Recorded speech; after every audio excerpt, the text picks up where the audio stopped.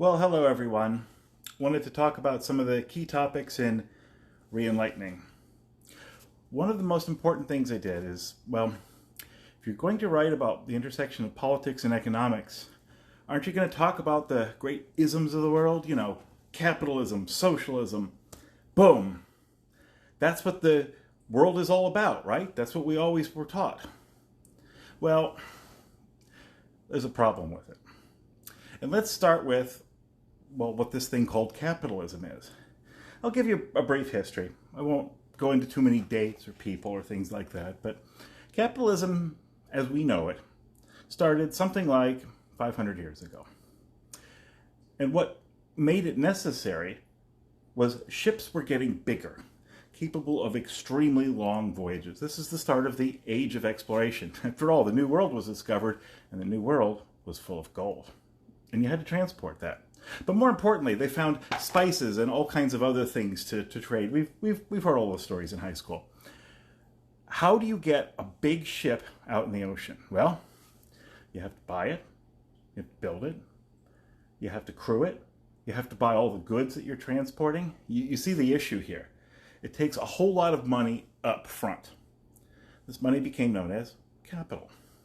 And the people who raised that money, well, they became professional at it. They'd sit around in coffee shops and sell shares in a company that people would buy into with the hope of getting money back later. The people who did this were called capitalists.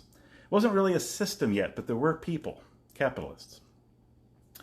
Now, at the time they started doing this, most of the world was organized into one kingdom or empire of another. So this really started out in service to imperialism. The whole idea was the more you could export to other countries, the more cash would be coming back in. Yeah, we see this play out today. It's kind of the tiger model, but let's leave that aside for a moment. This was all done with things like royal charters, the Royal Dutch East India Company, or the Honorable East India Company that was chartered by Queen Elizabeth about 400 years ago in England. That was what it took, was a royal charter to be able to do it. So it was all in service to the empire.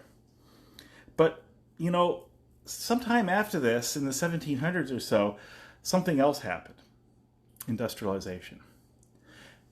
Wasn't it lucky that we had the ability to raise large pools of capital just in time to be able to put it to use to buy machinery?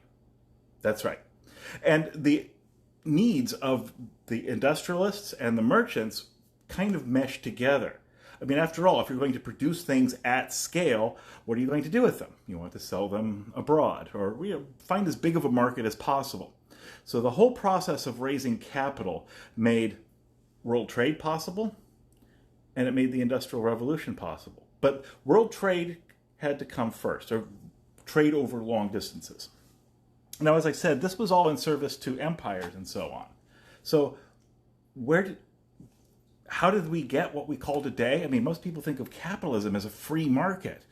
What is all this about royal charters and things like that? Well, this is what we call mercantile capitalism.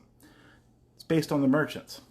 The idea of free market capitalism came later. Adam Smith, in the year 1776, a very precipitous year, wasn't it, wrote a book called The Wealth of Nations, where he said, you know, the freer this is, the better for everybody. And this is where some of the basic ideas that were first really laid down by Voltaire, and Francois Quinet, and people like that, were actually put into a systematic examination of the value of the free market. Now, we still call it capitalism, as if the emphasis is on raising pools of capital. We never came up with the term marketism. We have the term imperialism, certainly. That describes an imperial system that's based on a closed economy defined by the empire. Okay, all right. Why don't we call it marketism? I don't know. But there are two different views of capitalism. One is mercantile, which is based on supporting the empire, and loves things like protectionism and so on, because you want the money to flow in. You don't want the money to flow out, right? That's the idea. And the other idea is market-based. Everything is about the markets. So what really is capitalism? We see this term abused a lot right now. And that's why we have to just forget about it.